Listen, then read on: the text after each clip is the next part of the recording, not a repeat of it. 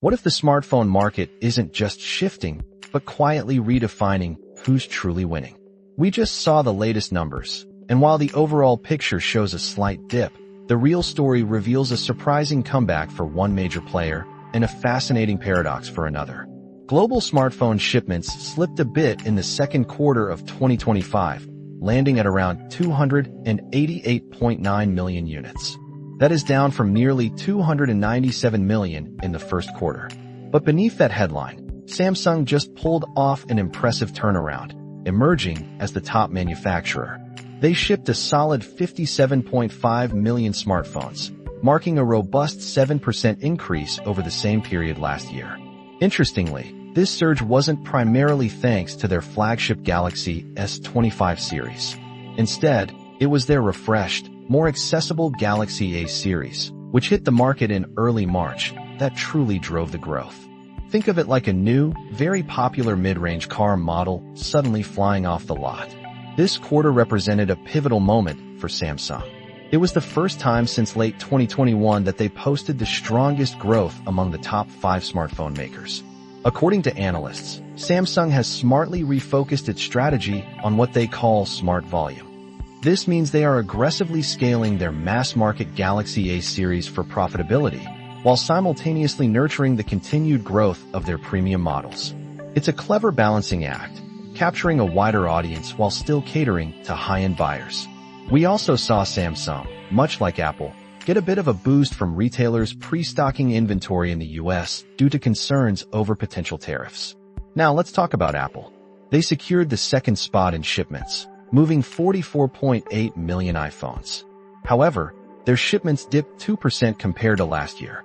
Here's where the story gets really interesting. Despite fewer iPhones shipped, Apple's quarterly revenue was absolutely stellar. They pulled in a whopping $44.5 billion from iPhone sales alone. That's nearly $5 billion more than analysts predicted. This surprising revenue bump largely came from those pre-purchases we mentioned, where retailers and consumers bought devices earlier to hedge against the unpredictable US tariff policy. It shows you the power of anticipation, even in uncertain times. Beyond the top 2, Xiaomi held on to third place, shipping 42.4 million units and showing strong growth in regions like Latin America and Africa.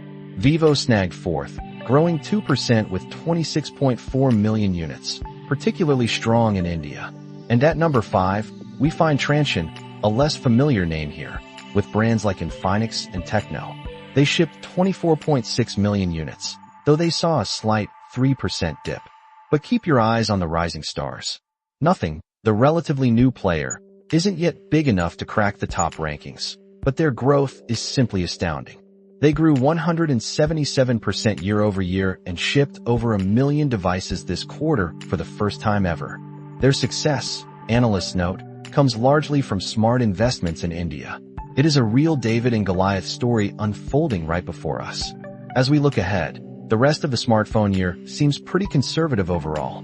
Manufacturers are really prioritizing profitability, making shrewd short-term tactical moves, and placing smart long-term strategic bets.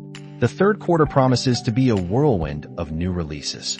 We can expect to see companies push boundaries with AI integration, foldable devices, and ultra-slim designs, all designed to reignite demand before the critical holiday season. Look out for Google's Pixel 10 models with their continued AI focus, Apple's rumored super slim iPhone 17 Air, or Slim potentially replacing the Plus model, Honor bringing its thin Magic V5 foldable to Europe, and even Samsung exploring a fascinating dual folding phone. So, as these tech giants battle for our pockets and attention, what innovations are you most excited to see emerge?